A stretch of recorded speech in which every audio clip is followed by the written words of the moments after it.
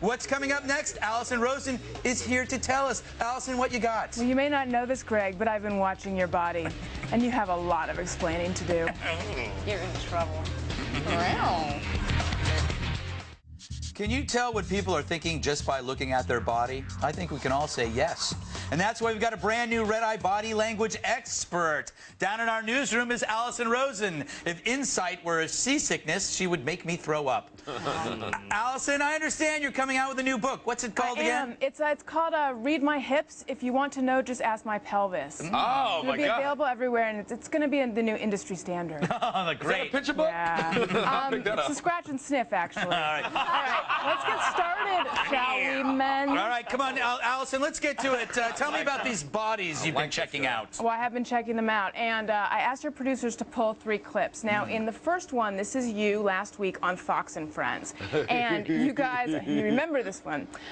You guys were talking about Michael Jackson's romance with his kid's nanny. Yeah. And now you said that obviously she's a lesbian because Michael Jackson is quite clearly a woman at this point, and then you went on to say that you are attracted to Michael Jackson.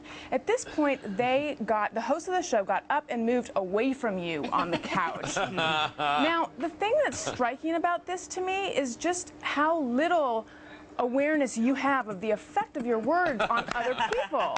Would you say that's true? It wasn't so much words, it was the fact that I had broken wind. That's why they had all moved. See, the endless succession of jokes.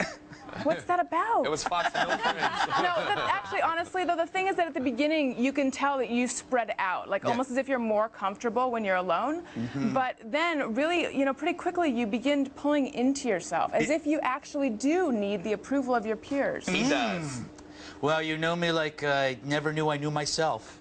That's what I'm here for, to teach you about yourself like you never knew yourself through someone else. Let's move on to the next clip, shall we? Please. All right, now this is on some little show called Red Eye that's on late at night. I don't stay up late, so I wouldn't know. But in this one, now this is the episode where you were sitting down, which I understand is quite rare for you, right? Yes. Because you were feeling sick or something. And now you're talking to Andy, is it? Yes.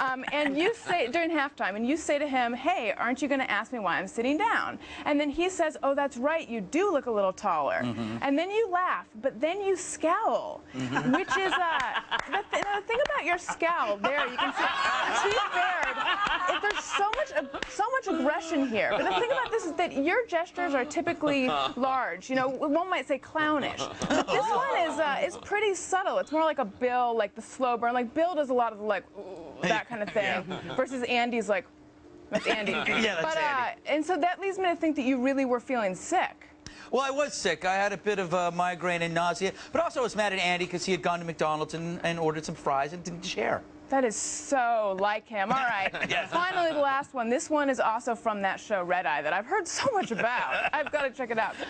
Now, you were interviewing Rachel Lee Cook. Now, here, you asked her what she makes... No, you asked her about James Van Der Beek's, quote, ginormous head. Yes. Now, it seemed that she took a bit of offense to that, and then she said, why you got to be hating on the creek.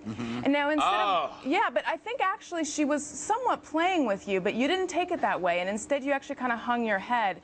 And I'm wondering, did you regret asking that question? Because it would appear that you did. Well, the thing was, I didn't actually hear what she had said. I thought she had said, why are you hating on the tweak? As though we were talking about crystal meth.